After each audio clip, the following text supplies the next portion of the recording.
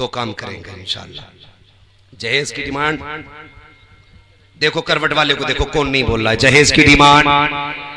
ज्यादातर वो बोल रहे हैं जिनकी हो गई है।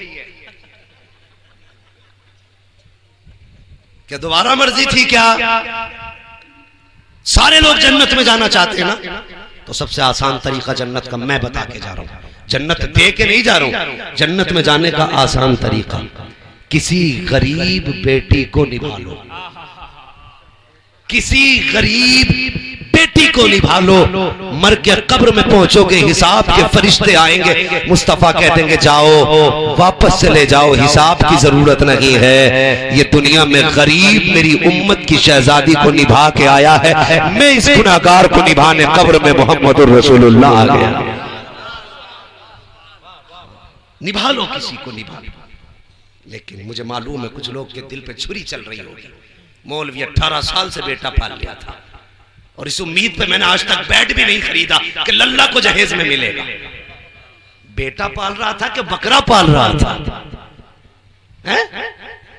हाँ हजरत, कुछ घरों में जाके देखो तो दादा के जमाने के बर्तन चल रहे हैं भी।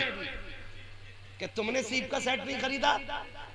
तो कहते नहीं, अब लल्ला की शादी में 2 ही साल रह गए। सीट का सेट बढ़िया है। हाँ जी, बेटे के लालच में आज तक एक सोफा नहीं खरीद के लाया, बेड नहीं खरीदा, चारपाइयों पे इधर से उधर गिर के सोता रहा। तखत बनवा लिए, इधर से उधर लुढ़का, बेड नहीं खरीदा, इसलिए कि जहेज वो लेके आने वाली है। और बेगैरत घुसट बुड्ढे, तुझे तो हया आनी चाहिए। जो वो जहेज लेके आएगी, तेरा बेटा तुझे एक दिन बेड पे बैठने भी नहीं देगा। जिस गाड़ी के लिए तू समधी से लड़ता रहा, उस गाड़ी पे तुझे कभी बैठने का मौका तक नहीं मिलेगा। जिस बर्तनों के तूने बहस की है, उस बर्तन में एक दिन तुझे पानी नहीं मिल सकता है। तू किसके लिए मरा जा रहा है? कम से कम अपनी आखिरत तो तबाह न कर। किसी गरीब बाप के लिए बेटी की रुखसती को बोझ ना बना। अगर तेरी वजह से किसी बाप की बेटी रो गई तो काबे में जाके मर जाना। खुदा की कसम, उस वक्त तक जन्नत नहीं मिलेगी जब तक गरीब के आंसू की तुझसे एक एक कतरे की कीमत न ले ली जाएगी। अगर जन्नत में जाना चाहता है तो किसी के रोने का सबब न बन, बल्कि रोते हुए के हंसने का सबब बन जा। अगर बेटी राजी हो जाएगी तो मदीने वाला मुस्तफा भी राजी हो जाएगा। हाँ, मरे जा रहे हैं, बेड चाहिए इतने भाई इतने का। और कुछ लोगों की औकात ये, जहेज आ गया तो घर में ही जगह नहीं रखने की, जगह ही नहीं हजरत घर में रखने, मुंह फैलाने में सबसे आगे, जगह नहीं। पता चला बेड बाहर बूंदे आ गई, पिंडाल लगाओ क्यों अंदर डालो कि मौलाना जगह नहीं। और शर्म कर यार, शर्म कर, हया कर। तुम्हारा कुछ लेके खा रखा बेटी वालों ने। हाँ, तुम्हारा लेके खा रखा बेटी वालों ने, जो जबरदस्ती दाव चलाते हो। कितने भाइयों ने किडनियां बेच दी अपनी बहन के हाथ पीले करने के लिए। कितने बापों ने घर बेच दिए अपने बेटी को रुखसत करने के लिए। और बता, कयामत के दिन जब तू आएगा, हुजूर पूछेंगे तूने अपना घर बसाने के लिए मेरी उम्मत के 70 साल के बूढ़े की हवेली बिकवाई थी, आज मुझसे क्या लेने आया? कोई जवाब हो तो कहो मैं पूरी दुनिया की बिकवाऊं। और अगर जवाब नहीं है तो फिर आज ले उनकी पनाह, आज मदद मांगो से, कल न मानेंगे कयामत में मान गए। खैर है, खैर आज वक्त दिया है अल्लाह ने, तो कोशिश कर लो किसी के ऊपर जहेज का बोझ नहीं डालेंगे।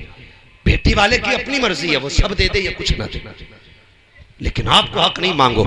बेटा है आपका, बकरा नहीं है जो बकरीद पे बेचने चले आए। और कुछ तो डॉक्टर इसलिए ही बना रहे हैं, सुइयां लगवानी सिखा रहे हैं, खाली सुई। डॉक्टर क्या कई मर गए डॉक्टरों की वजह से कोरोना में। हाँ हजरत, कोरोना से 70% 10% मरे, 90% डॉक्टरों ने मार डाले। नीम हकीम खतरे जान, नीम मुल्ला खतरे ईमान। तो वही वाला सिस्टम इन्होंने कर दिया। खुदा के वास्ते किसी की बेटी पे बोझ न पड़े।